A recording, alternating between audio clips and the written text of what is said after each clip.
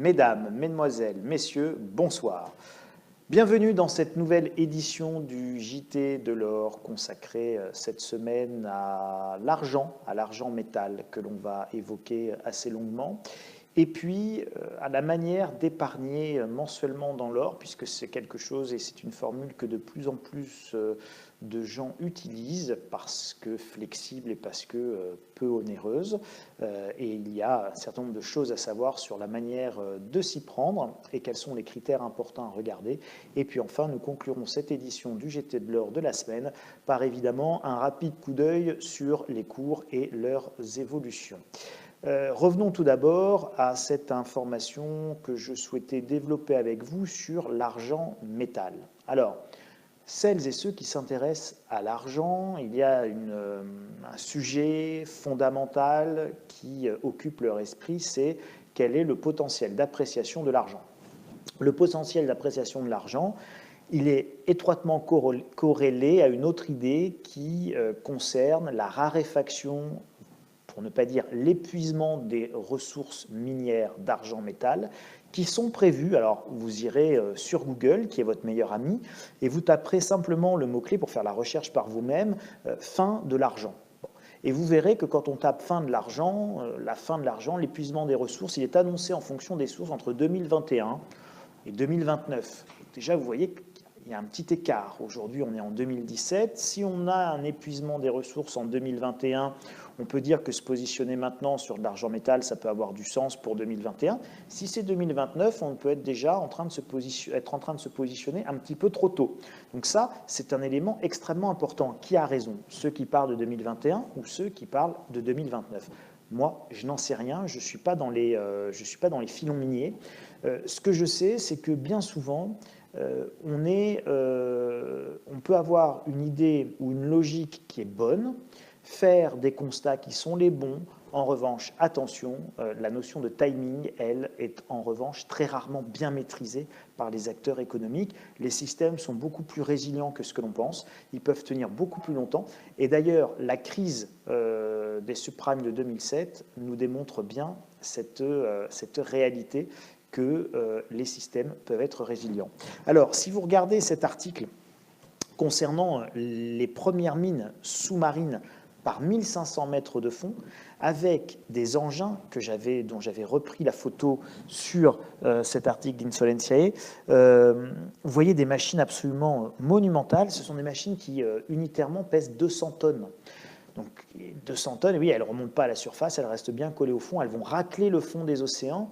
Et tenez-vous bien, dans ces exploitations minières sous-marines, là on est vraiment moi quand j'étais gamin, ça c'était de la science-fiction. Le fait d'envoyer des machines par 1500 mètres de profondeur, racler les fonds marins et exploiter des mines sous-marines, c'est uniquement de la science-fiction. C'était inimaginable quand j'étais gosse, il y a une trentaine d'années. Donc, on y est. Ce qui était pour nous de la science-fiction il y a 30 ou 40 ans est devenu une réalité commerciale, une réalité industrielle aujourd'hui. Et on est capable donc d'aller exploiter des gisements, des filons sous les océans. Ce qu'il faut que vous sachiez, cet article vous le démontre, c'est qu'on a des mines d'argent, je ne vais pas dire à ciel ouvert, mais à mer ouverte, donc à la surface, sous la surface des eaux, à 1500 mètres de profondeur, mais sur le plancher de l'océan. Et sur ce plancher, on est, entre guillemets, à ciel ouvert. Et donc, on n'a plus qu'à racler avec des teneurs de 10 ou 12%, ce qui est absolument colossal, puisque ce sont des teneurs qui sont infimes dans les mines qui sont actuellement en exploitation à ciel ouvert sur les continents et sur les terres, où on est entre 0 et 1,5%. Donc, les teneurs n'ont plus rien à voir. C'est quelque chose d'absolument extraordinaire. Et donc, évidemment, on trouve des gisements d'argent. Donc, aujourd'hui, avec ces innovations technologiques, où on est susceptible d'aller faire de l'extraction et de l'exploitation minière par 1500 mètres de fond, puis demain sans doute par 5000 mètres de fond, puis peut-être un jour à 15 000 mètres de fond carrément dans les fosses marines, etc. C'est une quantité de ressources, je ne vais pas dire inépuisable, parce que comptons sur l'humanité pour épuiser tout ça très vite, et comptons sur l'humanité pour racler, polluer les océans encore plus que ce qu'ils ne le sont actuellement. Donc je ne vous parle pas des dégâts et des impacts écologiques qu'évidemment ces exploitations sous-marines vont occasionner. En tout état de cause, si on raisonne d'un point de vue purement investisseur dans l'argent métal, je vous dis, attention à vos convictions chevillées au corps de l'argent métal, c'est fini en 2021. Avec ça, non seulement c'est pas fini en 2021, mais en plus c'est pas fini en 2029, et en plus ça risque de durer beaucoup plus longtemps que ce que vous pensiez. Voire même d'entraîner une baisse des cours parce que la production va être énorme et qu'il va bien falloir l'écouler. Donc attention à tout ça. Prenez-le en compte dans votre investissement et n'oubliez pas que le ratio or-argent se dégrade en réalité depuis plusieurs siècles. Donc ceux qui disent que le ratio historique c'est 1 pour 13 alors qu'on est à 1 pour 75 ou 74 aujourd'hui et donc c'est vraiment pas cher, ce n'est pas vrai. Si vous regardez cette dégradation du ratio or et argent, c'est une dégradation qui se fait de façon extrêmement linéaire depuis plusieurs siècles, et arriver à un ratio d'1 pour 74 ou 75 aujourd'hui n'est pas du tout une aberration. Donc, vraiment, j'attire votre attention là-dessus. N'oubliez pas que l'argent n'est pas la monnaie, l'or est la monnaie, et la rareté de l'or est une évidence et est sans commune mesure avec la rareté de l'argent, qui en plus pourrait voir sa date d'épuisement prévu, de fin d'exploitation et des ressources argentifères retardées de plusieurs décennies. Donc ça aura un impact important évidemment sur la valorisation de vos portefeuilles en argent. Donc restez prudents, n'oubliez pas que l'argent c'est spéculatif. On va passer à notre deuxième information parce que c'est un grand sujet et vous allez voir une photo avec des lingotins d'or qui sont des lingotins d'1 gramme.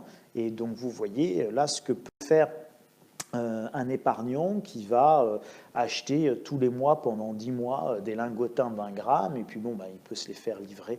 Là en l'occurrence, c'était la préparation d'une livraison pour un épargnant qui avait acheté 10 grammes d'or sur les 10 derniers mois et qui souhaitait se les faire livrer pour voir un petit peu à quoi ça correspondait ce qu'il avait épargné. Alors c'est très important, et pourquoi je vous montre cette photo avec ces 10 lingotins, c'est que vous avez deux manières d'épargner, et là vous devez être très très vigilant à ce qu'il vous est raconté, à ce qu'il vous est dit, à ce que vous allez faire. La grande majorité des sociétés qui vous proposent d'épargner tous les mois dans des grammes d'or, c'est la grande mode, et c'est une mode qui peut être tout à fait judicieuse et fort intéressante. Toutes ces sociétés qui vous proposent d'épargner en grammes d'or mensuellement, généralement fonctionnent avec ce qu'on appelle des grammes d'or mutualisés. En clair, je prends un lingot d'1 kilo. Alors, un lingot d'1 kilo, c'est pas grand comme ça. Ça, c'est quand vous voyez un lingot qui est grand comme ça. Ce sont des barres en réalité de plusieurs kilos. C'est même des barres de 13 kilos pour être précis. Un petit lingot d'1 kilo, un lingot d'1 kilo, c'est la taille d'un iPhone. Donc c'est très fin et c'est très petit. Juste pour vous resituer les choses. Donc n'oubliez pas que l'or est extrêmement dense. Donc vous avez un lingot d'1 kilo. Ce lingot d'1 kilo, il fait 1000 fractions d'1 gramme. Donc 1 kg, 1000 grammes, 1000 fractions d'1 gramme. Donc je vais dire informatiquement, si vous voulez, dans mes tablettes d'entreprise, je vais dire voilà, le lingot numéro tant est divisé en 1000 fractions d'1 gramme. La fraction du lingot numéro tant, donc on va dire X, le lingot X gramme 1 appartient à M. Dupont, le lingot X gramme 2 appartient à M. Durand, le lingot X gramme 3 appartient à Madame Dugenou, etc., etc. Vous êtes donc dans l'incapacité évidemment de fractionner votre lingot d'1 kilo. Vous n'allez pas le découper au couteau pour en faire des petits morceaux d'1 gramme que vous allez envoyer individuellement à chacun des propriétaires. Et donc vous êtes dans ce cas-là ce qu'on appelle propriétaire de grammes mutualisés sur des lingots ou qui appartiennent un peu à tout le monde. C'est comme des millièmes de copropriété. Vous ne pouvez pas partir avec vos millièmes de copropriété, évidemment. Ça veut dire quoi? Ça veut dire que par essence, par nature, ces grammes-là, cette épargne réalisée de cette manière-là, ne va pas vous être livrable, contrairement à ce que vous pouvez voir sur la photo que je vous montrais de tous ces petits lingotins d'1 gramme, qui, eux, sont parfaitement livrables, puisque le lingotin d'1 gramme numéro tant appartient bien à monsieur du genou, il est emballé de manière séparée, et donc il va pouvoir vous être livré. C'est totalement livrable, attribuable, et donc on sait à qui appartient quel lingot, même d'1 gramme, et ce lingotin, vous pouvez en prendre possession physiquement, ce qui n'est pas le cas évidemment sur ce lingot d'1 kilo qui ne vous appartient pas en totalité. Quel que soit le nombre de grammes que vous avez dessus, évidemment, vous ne pouvez pas vous les faire livrer. Alors, qu'est-ce que les entreprises vous proposent dans ce cas-là? Elles vont vous proposer une opération de revente de vos grammes d'or. Donc, vous allez revendre vos grammes d'or mutualisés et cet argent, vous allez le retransformer, évidemment, en quelque chose que vous allez potentiellement pouvoir vous faire livrer ou posséder en pleine propriété. Transformer vos 50 grammes en une pièce, 2 pièces, 3 pièces, peu importe. Et puis, vous ferez livrer ces pièces-là, ou vous laisserez ces pièces-là en conservation, mais elles seront en pleine propriété. C'est très bien, ça fonctionne également. Simplement, un, c'est moins pratique. Deux, ça entraîne des frais, évidemment, puisqu'à un moment donné, vous aurez des frais à la revente. Vous aurez des frais également au rachat. Donc, la transformation va entraîner des coûts. Donc, essayez de privilégier, évidemment, une épargne mensuelle sous forme d'or, mais une épargne mensuelle qui vous soit directement attribuée à 100%, qui ne soit pas mutualisée et que vous êtes en mesure de vous faire livrer à n'importe quel moment, comme encore une fois, cette photo pouvait l'illustrer. Autre image très importante, c'était juste pour vous montrer également un portefeuille d'épargne mensuelle. Donc là, vous avez des pièces d'argent, vous avez deux lingotins, qui me semble-t-il sont des lingotins de 5 grammes, et puis vous avez deux pièces ici, ce sont deux Napoléons. Et là, deux lingotins de 5 grammes, et ici, vous avez quelques pièces d'argent. Ça, c'est quelque chose qui a été acheté progressivement par un épargnant et qui a une valeur d'achat de 800 € et qui aujourd'hui vaut 1400 €. Ça veut dire que le fait de lisser votre achat, votre cours d'achat, c'est très important. Vous avez vu, et on le reverra encore sur la dernière image avec l'évolution des cours de l'or. Les cours de l'or, c'est très heurté. Et vous prenez le risque d'acheter un peu plus dans les mauvais moments, dans les moments de panique, dans les moments d'inquiétude où les métaux précieux sont chers, et puis vous oubliez d'en acheter quand vous n'avez pas peur et donc que tout est calme et que les prix en général sont moins chers. La seule manière d'éviter de mal acheter, en réalité, c'est d'acheter un petit peu tous les mois. Et donc, c'est pour ça que épargner mensuellement dans les métaux précieux a beaucoup de sens.